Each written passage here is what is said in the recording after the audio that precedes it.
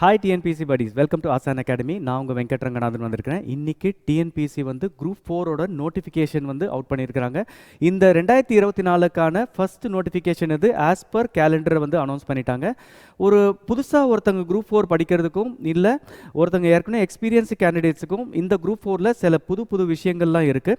அதை வந்து நான் கம்ப்ளீட்டாக உங்களுக்கு எக்ஸ்பிளைன் பண்ண போகிறேன். அது இல்லாமல் வந்து என்ன புக்ஸ் நீங்கள் ஃபாலோ பண்ணலாம், செப்பரேட் வீடியோ வந்து நிறைய பேர் கேட்குறீங்க, குரூப் 4 எப்படி படிக்கலாம், எப்படி நான் டாப் பண்ணணும், எப்படி ஸ்டேட் ஃபர்ஸ்ட் ரேங்க் வாங்கணுன்றது ஒரு செப்பரேட் வீடியோ ஸ்டடி பிளான் உங்களுக்கு நான் போடுறேன். ஓகே, இது இல்லாமல் ஏற்கனவே உங்களுக்கு தெரியும் குரூப் 4ஓட டெஸ்ட் சீரிஸ் வந்து ஆசான் அகாடமியில் போயிட்டுருக்கு. ஸோ அது யாருன்னா இது உங்களுக்கு இன்ட்ரெஸ்ட் இருந்தால் அதை செக் பண்ணிக்கோங்க.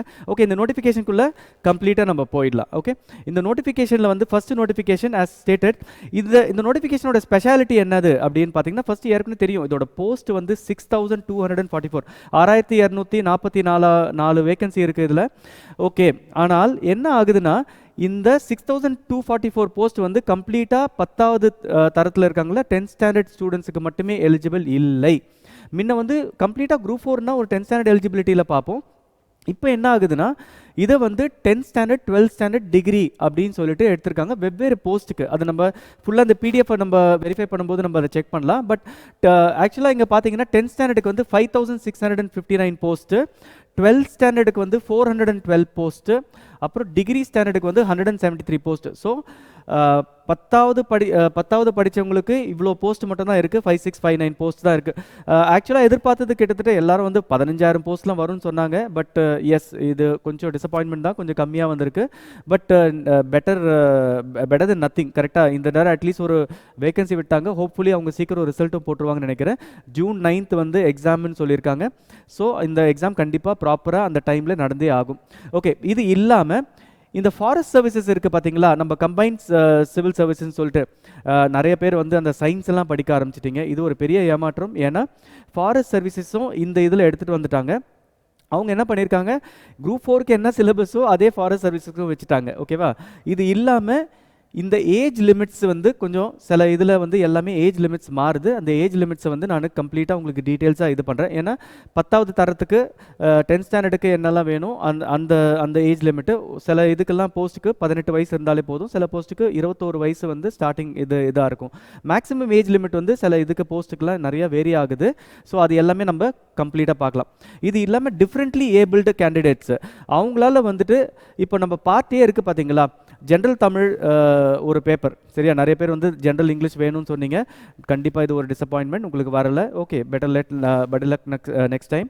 இப்போ இதில் வந்து பார்த்தீங்கன்னா இந்த டிஃப்ரெண்ட்லி ஏபிள்டு கேண்டிடேட்ஸ்க்கு மட்டும் ஜென்ரல் இங்கிலீஷை வந்து அலோவ் பண்ணுறாங்க. ஸோ அந்த இதுவும் நம்ம டோட்டலாக இங்கே இதில் வந்து பார்த்துடலாம். ஓகே, ஆஸ் செட் இது வந்து நோட்டிஃபிகேஷன், ஃபர்ஸ்ட் நோட்டிஃபிகேஷனு. ஸோ இதில் பார்த்தீங்கன்னா இதில் ஸ்டார்டிங்கே வந்து இதே எல்லாமே ஒரு புது ஸ்டூடெண்ட்ஸ்க்கு ஏற்ற மாதிரியே கடகடன்னு நான் சொல்ல போகிறேன். எலிஜிபிலிட்டி ஃபார் த எக்ஸாமினேஷன் இந்த தடவை என்ன பண்ணுறாங்கன்னா, ஃபஸ்ட்டே வந்து நீங்கள் ஃபஸ்ட்டு எலிஜிபிளாக இல்லையா, ஸோ எலிஜிபிலிட்டி நீங்கள் எலிஜிபிளாக இல்லையான்னு சொல்லிட்டு நிறைய கேண்டிடேட்ஸ் வந்து சில்லி கொஸ்டின்ஸ் கேட்பாங்க. ரொம்ப சில்லியாக இருக்கும். அந்த கொஸ்டின்ஸ்லாம் கேட்கும்போது நம்மளுக்கே வந்து இவங்க டிஎன்பிசி எக்ஸாம் ஏன் எழுதுறாங்களா, இல்லை அவங்களுக்கு நிஜமாலே அவேர்னஸ் இல்லையா, இல்லை நம்மளை சும்மா தான் கேட்குறாங்களான்னு இருக்கும். ஸோ அதெல்லாம் அவாய்ட் பண்ணுறதுக்கு தான் நான் நினைக்கிறேன் மேபி இந்த இன்ஸ்ட்ரக்ஷன் டு அப்ளிகன்ஸ் அப்படின்னு சொல்லிட்டு எடுத்துகிட்டு வந்துடுறாங்க. ஓகே, இன்ஸ்ட்ரக்ஷன் டு அப்ளிகன்ஸ் இது ஏற்கனவே இருக்கிறது தான். நம்மளுக்கு வந்து டிஎன்பிசி வெப்சைட்டில் போனீங்கன்னா இன்ஸ்ட்ரக்ஷன் டு அப்ளிகன்ஸ்னு இருக்குது, இன்ஸ்ட்ரக்ஷன் டு கேண்டிடேட்ஸ் இருக்குது. அதை ஓப்பன் பண்ணிங்கன்னா eligibility for the examination, that is basic minimum eligible qualification ஒரு காலம் இருக்குது. 30வது பேஜில் நான் படித்த மாதிரி இருக்குது. ஓகே, 30 to 42 பேஜஸ், 30வது பேஜ்லேருந்து ஆரம்பித்து 42வது பேஜில் முடியுது. அது அங்கே பார்த்தீங்கன்னா உங்களோட ஏஜ், உங்களோட இன்டர்ம்ஸ் எஜுகேஷனல் குவாலிஃபிகேஷன் நீங்கள் என்ன இருக்கணும், ஃபிசிக்கல் ஃபிட்னஸ்லேருந்து ஒரு எக்ஸ் சர்வீஸ்மென்னு, இதுக்கு எல்லாத்துக்கும் டெஃபினிஷன் கொடுத்துட்டாங்க. சரியா, ஸோ இது நீங்கள் வந்து போய் பார்க்கணும். அதை பார்த்துட்டு அதுக்கப்புறம் புது ஸ்டூடெண்ட்ஸ்க்காக நான் சொல்கிறேன். ஓகே, அவங்களுக்கு வந்து இது ரொம்ப யூஸ்ஃபுல்லாக இருக்கும். இது கண்டிப்பாக பார்த்துருங்க. இது இல்லாமல் நெக்ஸ்ட்டு நம்ம போகலாம். Important date and examination time இதில் பார்த்தீங்கன்னா 28/2/2024 வந்துட்டு லாஸ்ட் டேட் ஃபார் அப்ளிகேஷன் அப்படின்னு சொல்லியிருக்காங்க. க்ளோஸ் டு ஒரு 29 டேஸ் கொடுத்துருக்காங்க உங்களுக்கு, ஆர் 30 டேஸ் கொடுத்துருக்காங்கன்னு வச்சுக்கலாமே. 29 டேஸ். யூஸ்வலாக வந்து என்னென்னா ஒருத்தங்க அப்ளிகேஷன் வந்து தப்பாக போட்டாங்கன்னா உங்களுக்கு கரெக்ஷன் டைம் கொடுப்பாங்க. அது வந்து 3 நாள். இங்கே பார்த்தீங்கன்னா 3 நாள் கொடுத்துருக்குறாங்க. டேட் ஆஃப் எக்ஸாமினேஷன் இதுதான் நம்மளுக்கு ரொம்ப இம்பார்ட்டண்ட்டு. 9th ஜூன் அன்னைக்கு examination time 9:30 to 12:30. So part A part பின்னு இருக்கும் அந்த பேப்பர், ஒரே சிங்கிள் பேப்பர் தான். ஆனால் பார்ட் ஏ வந்து 100 கொஸ்டின் ஜென்ரல் தமிழ்லையும் அது வந்து எலிஜிபிலிட்டி கம் ஸ்கோரிங் பேப்பராக இருக்கும். பார்ட் பி வந்து ஜென்ரல் ஸ்டடீஸ் பேப்பர், அது வந்து இங்கிலீஷ் அண்ட் தமிழ் மீடியமில் ரெண்டுமே இருக்கும். ஸோ நெக்ஸ்ட் வந்து பார்த்தீங்கன்னா இதில் வந்து நம்ம one time registration. Okay, one time registration வந்து எல்லாருக்கும் தெரியும். இது ஏற்கனவே நம்ம பழைய வீடியோவில் நீங்கள் நிறைய செக் பண்ணிக்கலாம் நோட்டிஃபிகேஷன். ஒன் டைம் ரெஜிஸ்ட்ரேஷன் பண்ணாதவங்களாம் ஒன் டைம் ரெஜிஸ்ட்ரேஷன் பண்ணிட்டு தான் இதை வந்து நீங்கள் அப்ளை பண்ண முடியும். ஓகே, இங்கே தான் நம்மளுக்கு வருது போஸ்ட் ஆப்ஷன்ஸ். இங்கே பார்த்தீங்கன்னா போஸ்ட் ஆப்ஷன்ஸ் முன்ன வந்து இதெல்லாம் இந்த க்ரைட்டீரியாலாம் இருக்காது. ஸோ இந்த போஸ்ட் ஆப்ஷன்ஸ் என்ன சொல்கிறாங்கன்னா, ஃபஸ்ட்டே வந்து என்ன சொல்கிறாங்க, நீங்கள் இந்த ஆன்லைனில் அப்ளை பண்ணும்போது நீங்கள் வந்து do you want to apply for forest கார்டா, இல்லை ஃபாரஸ்ட் கார்டு வித் டிரைவிங் லைசன்ஸா, இல்லை ஃபாரஸ்ட் வாட்சர், இல்லை ஃபாரஸ்ட் வாட்சர் ட்ரைபல் யூத். இது எல்லாமே தமிழ்நாடு ஃபாரஸ்ட் டிபார்ட்மெண்ட்டில் இருந்ததில்ல. இதுக்கு ஆக்சுவலாக அங்கே வந்து ஒரு தனி சிலபஸ் ஃபாலோ பண்ணியிருந்தாங்க. அதில் ஜென்ரல் சயின்ஸ் ஒரு மேஜராக இருந்தது. இப்போ அது எல்லாமே எடுத்துகிட்டு காமனான ஒரு இதை போட்டுட்டாங்க. I think it is welcome தான். பட் நிறைய பேர் ஏற்கனவே படிச்சிருந்தவங்களுக்கு ஒரு பெரிய டிசப்பாயின்மெண்ட்டாக இருக்கும். ஓகே, ஸோ இந்த இதெல்லாம் இவங்க கேண்டிடேட்ஸ்லாம் என்னென்னா இந்த இன்ஸ்ட்ரக்ஷன் கொடுத்துருக்காங்க. நீங்கள் வந்து இந்த இதெல்லாம் நான் இதுக்காக தான் அப்ளை பண்ணுறேன் அப்படின்னு சொல்லிட்டு நீங்கள் இதில் அப்ளை பண்ணிக்கலாம்.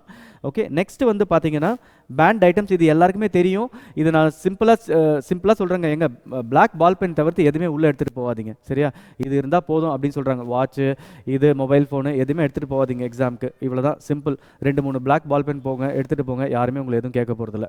ஓகே, நெக்ஸ்ட்டு இப்போ நம்ம இதில் என்ன பார்க்க போகிறோம்னா போஸ்ட் அண்ட் வேகன்சிஸ். நான் ஏற்கனவே சொன்ன மாதிரி டோட்டல் நம்பர் ஆஃப் போஸ்ட் வந்து எவ்வளோ 6244 போஸ்ட். அதில் 10th ஸ்டாண்டர்டுக்கு இவ்வளோ தான் எலிஜிபிள், 12th ஸ்டாண்டர்டுக்கு இவ்வளோ எலிஜிபிள், டிகிரிக்கு நான் சொல்லிட்டேன். ஓகே, இப்போ இங்கே பார்த்தீங்கன்னா என்னென்ன போஸ்ட் இருக்குது, விஏஓ போஸ்ட் இருக்குது, ஜூனியர் அசிஸ்டன்ட் இருக்குது. Okay, VAO junior assistant, junior assistant நான் செக்யூரிட்டி, ஜூனியர் அசிஸ்டன்ட் தமிழ்நாடு வக்ஃப் போர்டு, மினிஸ்டீரியல் சர்வீசஸ். ஸோ இதெல்லாம் வந்து நீங்கள் ஆக்சுவலாக பார்த்துக்கலாம். இது வந்து யாருமே உங்களுக்கு எக்ஸ்பிளைன் பண்ணணும்னு அவசியம் இல்லை. இதில் என்ன பண்ணியிருக்காங்கன்னா நம்பர் ஆஃப் வேகன்சிஸ் கொடுத்துருக்காங்க. ஸோ இப்போ பார்த்தீங்கன்னா விஏஓவில் பார்த்தீங்கன்னா 108 வேகன்சிஸ் இருக்குது. ஸோ இதில் வந்து நம்ம என்ன புரிஞ்சிக்கணும்னா, சில இதுக்கு வந்து ஃபஸ்ட்டு இனிஷியலாக இப்போ பார்த்துட்டே வந்தீங்கன்னு வச்சுக்கோங்களேன், இது எல்லாமே போஸ்ட்டு. இது வந்து ஒரு இதுக்கும் ஒரு போஸ்ட்டு கொடுத்துருக்காங்க. அதோட பே ஸ்கேலும் இங்கே கொடுத்துருக்காங்க 19,500 to 71,900.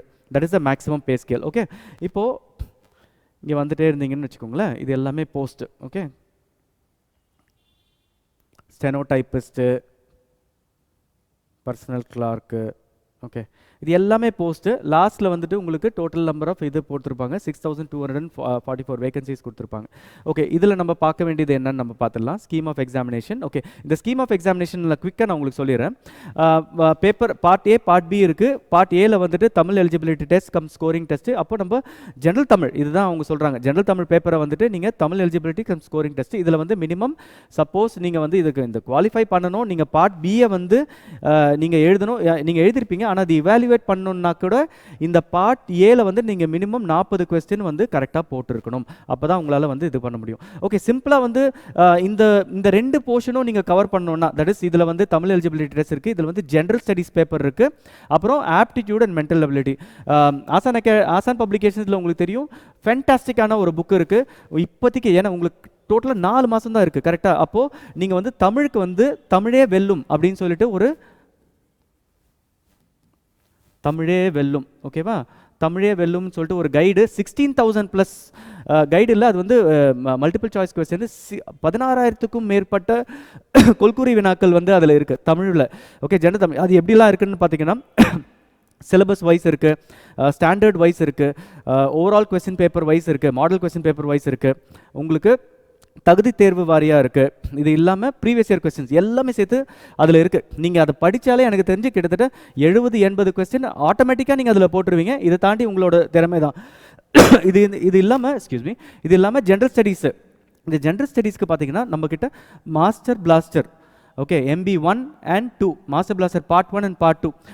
பார்ட் 1ல கிட்டத்தட்ட 14,000 கொஸ்டின் இருக்குது. பார்ட் 2ல கிட்டத்தட்ட 7,000-8,000 கொஸ்டின் இருக்குது. அதுவும் சேர்த்து 20,000 கொஸ்டின் இருக்குது. இதுலேயும் வந்து 2 காம்பினேஷனில் நீங்கள் வந்து ஒர்க் அவுட் பண்ணி இன்னிலேருந்து நீங்கள் இதெல்லாம் ஒர்க் அவுட் பண்ணிங்கன்னா கன்ஃபார்மாக உங்களால் வந்துட்டு இதில் வந்து 60 to 70% வந்து ஆட்டோமேட்டிக்காக அடிச்சிருவீங்க.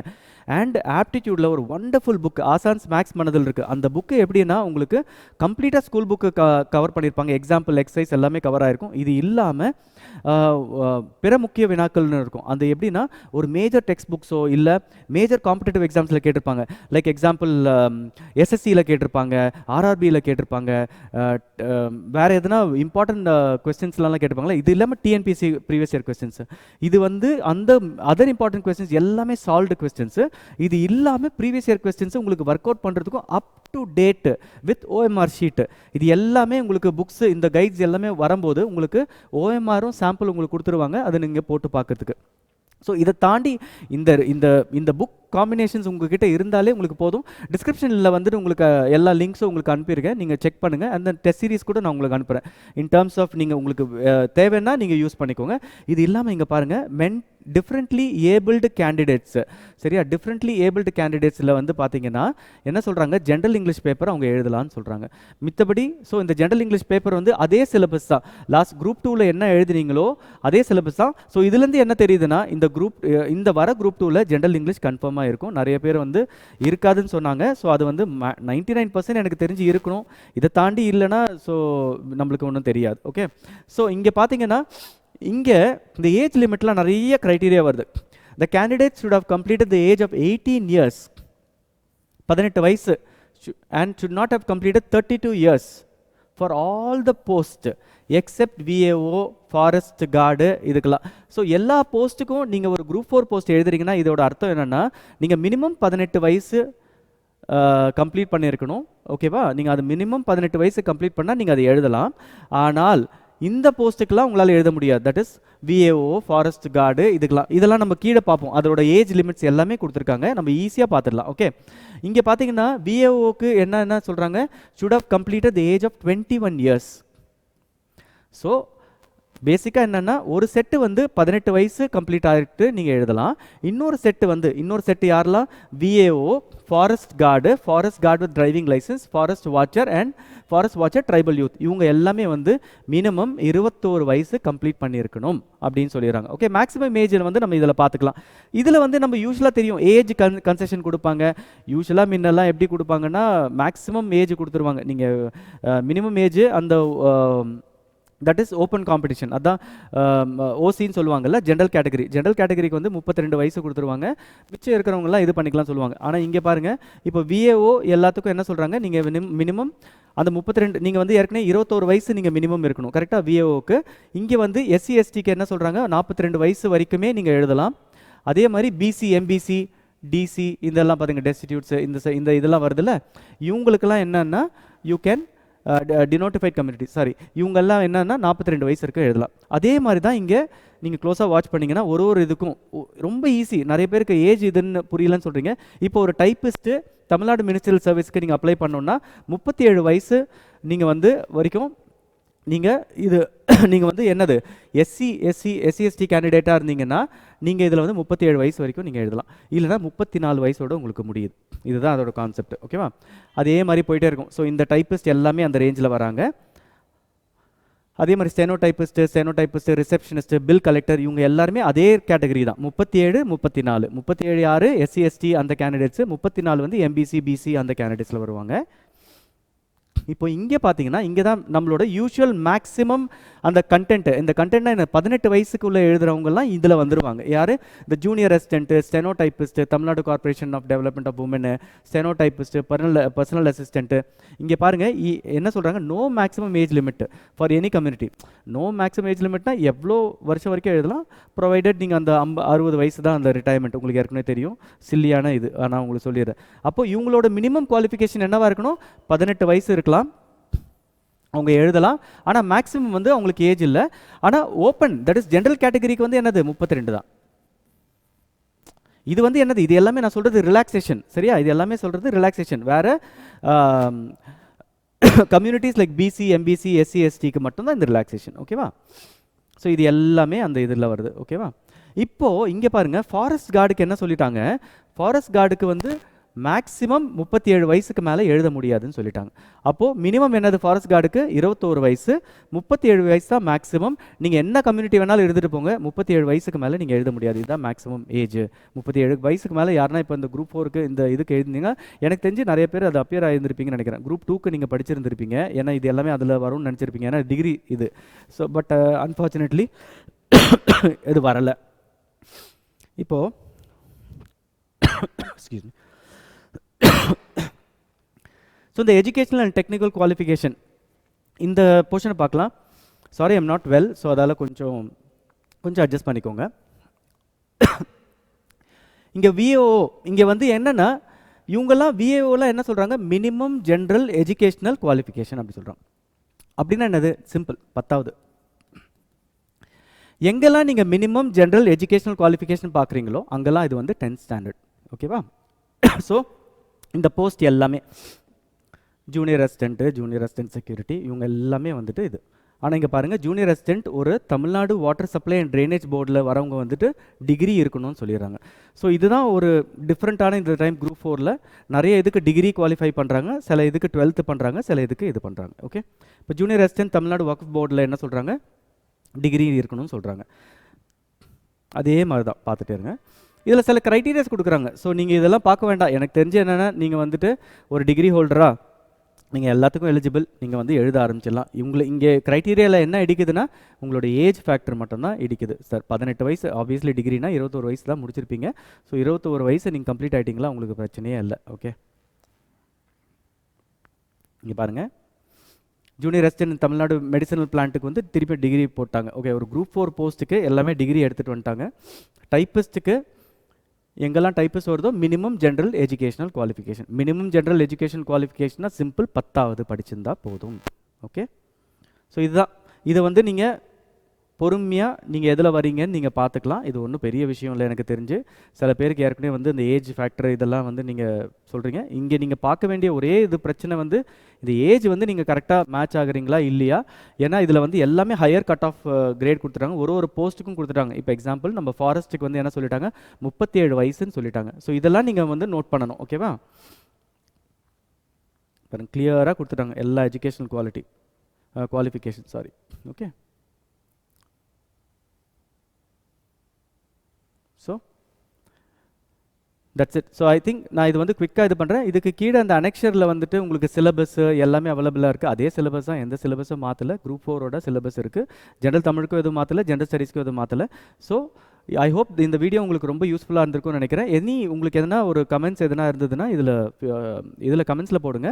அண்ட் டிஸ்கிரிப்ஷன் லிங்க்கில் எல்லா லிங்க்ஸும் நான் சொன்ன மாதிரி உங்களுக்கு அனுப்பிடுறேன். சி இஃப் இட் இஸ் உங்களுக்கு யூஸ்ஃபுல்லாக இருந்தால் நீங்கள் அதை பார்த்துக்கோங்க.